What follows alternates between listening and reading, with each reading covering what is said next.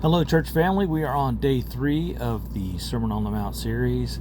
I had a big mess up with the day 2 video, so I put it up pretty late on Sunday, so I apologize for that. Hopefully this video is going out on time and everything's okay. If you don't get videos by the time you wake up in the morning, that is if you wake up after 4 a.m. That's usually when I've set these up to post. Please just shoot me an email or text. My contact information is on the church bulletin and also in the church directory. And if you haven't signed up for this Bible study, please go to download the YouVersion app. It works on Apple and Android phones and tablets. Create an account and look me up. All the directions on how to find me and find the study are on our Facebook page in the note for these videos. So if you're watching these videos, most likely you've seen that Facebook post. So go through all the steps there to be added. Now, you won't be added to my study just because I think that's a quirk with YouVersion. So I'm not really sure how that works in that, but that's okay. So we're on day 3, and day 3 is focusing on Matthew 5 verse 3, which is, "Blessed are the poor in spirit, for theirs is the kingdom of heaven." So in order to have all things, you must forsake all things. I'll tell that to those who are struggling with stuff like, well, we have a lot of natural disasters going on. There's still people like in Western North Carolina dealing with the hurricane from last year. And there's people in Jamaica right now going through, they're just trying to find out where they're at as far as rebuilding and who was injured and whose lives were lost from the hurricane that just went through a few days ago. So it's hard to tell those people they have to forsake all things. So they just lost all things. And you may have experienced something like that in your life as well. I hope not, but you may have.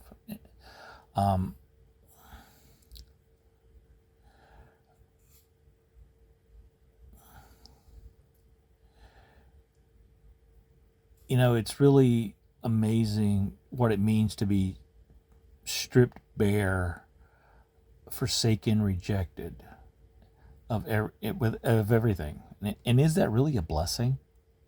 I mean, how could being so deprived of everything be any good, let alone a blessing? Definitely would be hard to comprehend that in the circumstances, I'm sure. But, God has a plan for everything. I remember back during the aftermath of Katrina down in New Orleans, I remember watching this news clip because it went viral. You may still be able to find it online. I don't know what, but there was news reporters going by, and they were in a boat or something. And there was this woman who was just an old lady, and she was just wading. She was about chest deep. She was deep in the water, just wading through the water on a flooded New Orleans street. And the reporter yelled out to her, "How you doing? Are you okay? Where are you going?" And she just replied, "I got my life and I got my Jesus. The rest don't matter." And that's exactly what we need to live by. I got my life. I got my Jesus. The rest don't matter. The moment was probably lost on the reporter and probably lost on most of the people who actually watched it. Nevertheless, to most Christians, I hope they caught it. If we have life and we have our faith, everything else is just a dividend. It's just a bonus, a blessing that we can hope for, but we should never count on. Now, I'm going to read you this story about one of my earthly heroes, man I respected, Eddie Rickenbacker, World War I ace, one of the founders of the Air Force. But during World War II, he was appointed a special consultant to the Secretary of War, Henry Stimson. His job was to inspect the various theaters of war. Well, during one of these tours, Rickenbacker and 7 companions had to make a forced landing in the I almost said the Pacific Ocean. The Pacific Ocean. And they were in a lifeboat for 24 days. Can you believe that? 24 days in a lifeboat. And until they were finally rescued by a Navy plane. And after he was recovered, this is what Rickenbacker said. Listen carefully. Quote, "Let the moment come when nothing is left but life, and you will find that you do not hesitate over the faith of material possessions." Rewind that and listen to that again if you have to. That's a good line. See, he understood that at such a time like that, nobody is concerned about the fate of something that's more. They're concerned about the fate of something that's more precious than material goods. Nothing else matters but your life. Blessed are the poor in spirit, for theirs is the kingdom of heaven. So what does that mean? That we can't have any possessions? No, of course not. Does it mean that only those who abandon everything except their Jesus really have any faith? No. The Bible says spirit, not possessions. There is work to do in this land. I'm reading this off. There's work to do in this land, and those who have nothing will not necessarily be the architects of it.